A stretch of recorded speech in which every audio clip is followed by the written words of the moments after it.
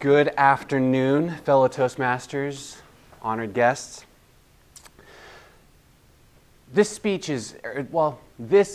topic is a piece of a larger topic, and today I'm going to focus, the larger topic being your immune system, kind of an educational series.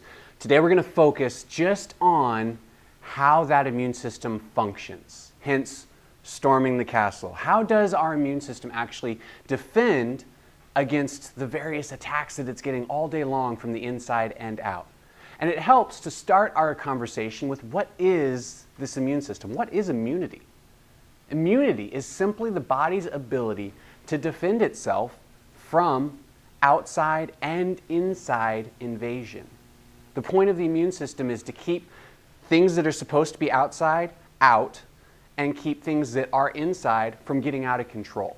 So common things that the immune system fights are bacteria and infections and viruses, and then on the inside it also defends against allergies and cancer and various things like that.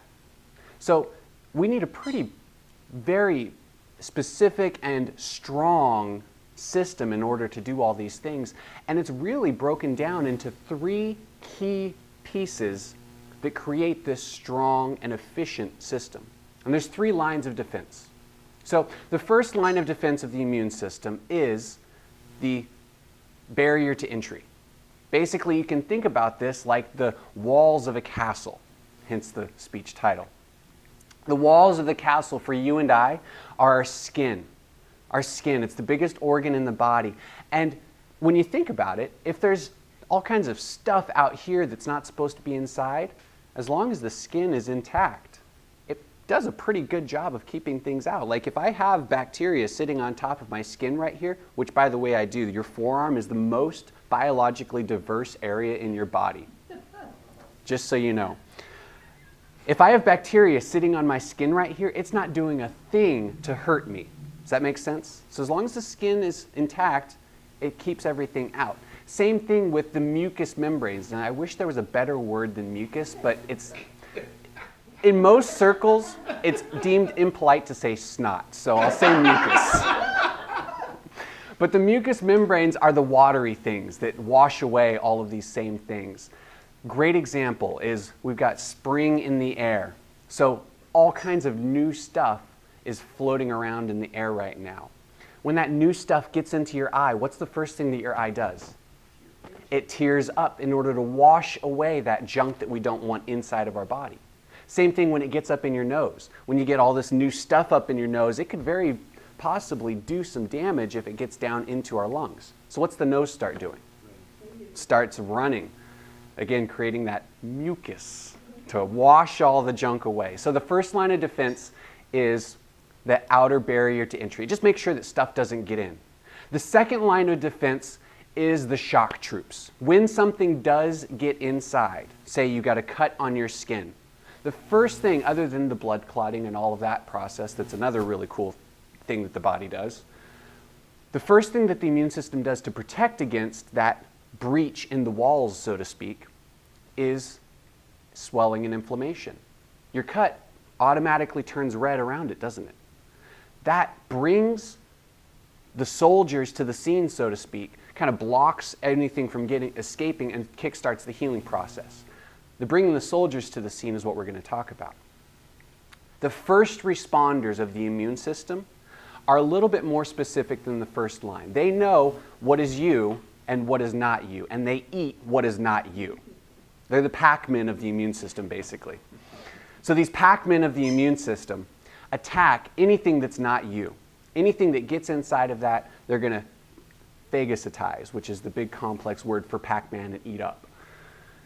They're going to bombard that area, start gobbling up anything that's not supposed to be there, but they're not very specific. They know what's you and what's not you, but they don't know a bacteria from a virus. They're just going to eat everything that's there. So they're a little bit more specific, but they're not the most. And a good analogy is kind of the castle guard. So if the wall in the castle gets broken down, the castle guards or the town guards sitting there ready with their spears, and they're really good at poking things with spears, but they're not very good at aiming where that spear goes. Does that make sense? And that's the second line. The third line of defense is the one that gets the most press. It gets the most attention. It's kind of the poster boy of the immune system, and that's the specific immune response. Those are the ones that know exactly what to target. This is where the attempt to create artificial immunity comes into play, when we train the body in order to attack a specific thing. These are the elite Castle Guard. These are, in modern terms, these are the commandos, the Navy SEALs. These are the ones that are hypersensitive and targeted to one particular enemy. They're really good at fighting one thing and not a lot of other things. This third line of defense is really the last line of defense. Most of the time it doesn't even come into play. That's why it has to be so specific. When the third line of defense comes into play, it creates a long-lasting immune response. We've all heard of that lifetime immunity concept before. That's because it targets specifically what it is it needs to fight and is able to do so very quickly and efficiently in the future. Each and every step in the process is vital. We don't get a good third line of defense unless we first know that the walls are being attacked. Does that make sense? Each step has to prepare the next along the line in order to create the best, strongest, and most efficient response possible. And so these three lines of defense that your immune system has are three lines of defense that work together in harmony to create a strong, effective, and long-lasting immune system that protects you from the inside and out for your entire life. Stay tuned till next time when we talk about how we can build that immunity up. Mr. Toastmaster.